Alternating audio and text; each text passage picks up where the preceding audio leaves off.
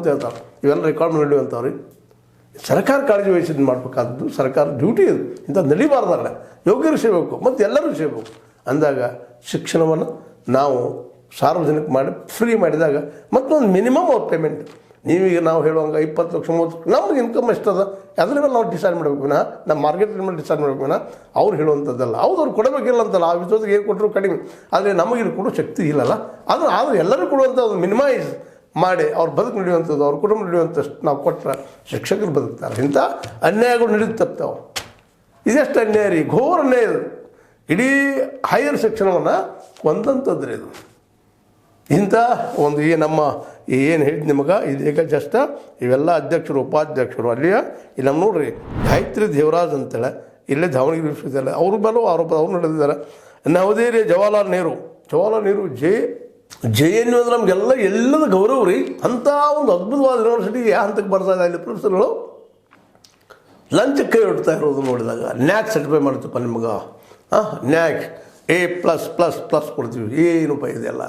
ಇದಾದಾಗ ಶಿಕ್ಷಣ ಗುಣಮಟ್ಟ ಹೆಚ್ಚಾಗು, ಇಲ್ಲಿ ನಮ್ಮ ವಿದ್ವತ್ ಹೆಚ್ಚಾಗಿರೋದು. ಇವತ್ತೆಲ್ಲರೂ ಎಲ್ಲ ವಿದ್ಯಾರ್ಥಿಗಳು ತೆರೆಯಲ್ಲಿ ಏನಪ್ಪ ಅಂದ್ರೆ ದಿಢೀರ್ ಶ್ರೀಮಂತನಾಗಬೇಕು, ದಿಢೀರ್ ಕಳಿಸ್ಬೇಕು, ದಿಢೀರ್ ಲಂಚಾವತಾರಗಳು ಇವಾಗೆಲ್ಲ ತೆರಲಿಂದ ಬರ್ತಾಯಿದೆ.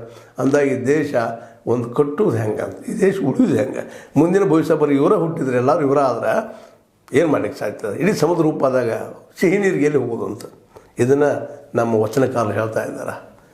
ಅದಕ್ಕಾಗಿ ಈ ಸಂದರ್ಭದಲ್ಲಿ ನನಗನ್ನಿಸಿದ್ದು ಇಷ್ಟ, ಅಥವಾ ನಮ್ಮಂಥವ್ರಿಗೆ ಅನಿಸೋದು ಇಷ್ಟ. ಇದು ಮೊದಲು ಶಿಕ್ಷಣಕ್ಕೆ ನೀವು ಆದ್ಯತೆ ಕೊಡ್ರಿ. ಇಂಥ ಭ್ರಷ್ಟಾಚಾರ ಹಿಡಿಯೋದಕ್ಕಿಂತ ಮುಖ್ಯವಾಗಿ ಅದು ಆಗದಂಥ ವ್ಯವಸ್ಥೆ ಮಾಡಿದರೆ ಭಾಳ ಉತ್ತಮ. ಅದು ಮುಂದಿನ ಭವಿಷ್ಯದ ನಮ್ಮ ಮಕ್ಕಳಿಗಾಗಿ ಭಾಳ ಅವಶ್ಯ ಅಂತ ಹೇಳ್ತಾ, ಈ ನ್ಯಾಕ್ ಪರಿಶೀಲನಾ ಅಧ್ಯಕ್ಷ ಸರಿಯೇ ಹೊಡೆದಿರಿ, ಬಂಧನ ಮಾಡಿದ್ರಿ, ಆದರೆ ಇವ್ರನ್ನ ಬಿಡಬೇಡ. ಶಿಕ್ಷೆ ಕೊಡೋ ಜೊತೆಗೆ ಈ ವ್ಯವಸ್ಥೆ ಬದಲು ಮಾಡಿರಿ. ಶಿಕ್ಷೆ ಆದರೂ ಸಹಿತ ಆಗಲಿಲ್ಲ ಅಂತ ತಪ್ಪು ಮಾಡಿದ್ರೆ ಶಿಕ್ಷೆ ಆಗಲೇಬೇಕು, ಉಪ್ಪಿನಿಂದ ನೀರು ಕುಡಿಲೇಬೇಕು. ಆದರೆ ಈ ವ್ಯವಸ್ಥೆ ಮುಂದುವರಿಯೋದಂಗೆ ನೀವು ನೋಡ್ಬೇಕು ಸರ್ಕಾರದ ಕೆಲಸ. ಇವತ್ತು ನಾವು ಹೆಚ್ಚು ಕಡಿಮೆ ಈ ಸಲ 48-45 ಲಕ್ಷ ಕೋಟಿ ರೂಪಾಯಿ ತೆರಿಗೆಯನ್ನು ತುಂಬ ರೆಡಿ ಆಗಿದ್ದೀವಿ. ಅದರಲ್ಲಿ ಒಂದಿಷ್ಟು 1 ಲಕ್ಷ ಕೋಟಿ, 2 ಲಕ್ಷ ಕೋಟಿ, 3 ಲಕ್ಷ ಕೋಟಿ ಮೊನ್ನೆ ಎಷ್ಟು ಕೊಟ್ಟಿದ್ದೀವಿ ನೀವು ಎಜುಕೇಷನ್ಗೆ? 4-5-6 ಲಕ್ಷ ಕೋಟಿ. ಅಂದ್ರೆ ಅಟ್ಲೀಸ್ಟ್ ಒಂದು 15% 20% ನೀವು ಕೊಟ್ಟರೆ ಇಂತಹ ಲಂಚಾವತಾರಿಗಳು ಹುಟ್ಟೋದು ಕಡಿಮೆ ಆಗ್ತದೆ. ಒಳ್ಳೆಯ ನಿಜವಾದ ನ್ಯಾಯಕ್ಕಿಂತ ಹೆಚ್ಚಿನ ವಿದ್ವತ್ತುಳ್ಳ ಕಾಲೇಜುಗಳು ವಿಶ್ವವಿದ್ಯಾಲಯಗಳು ತಯಾರಾಗಿ ಸಾಧ್ಯದ.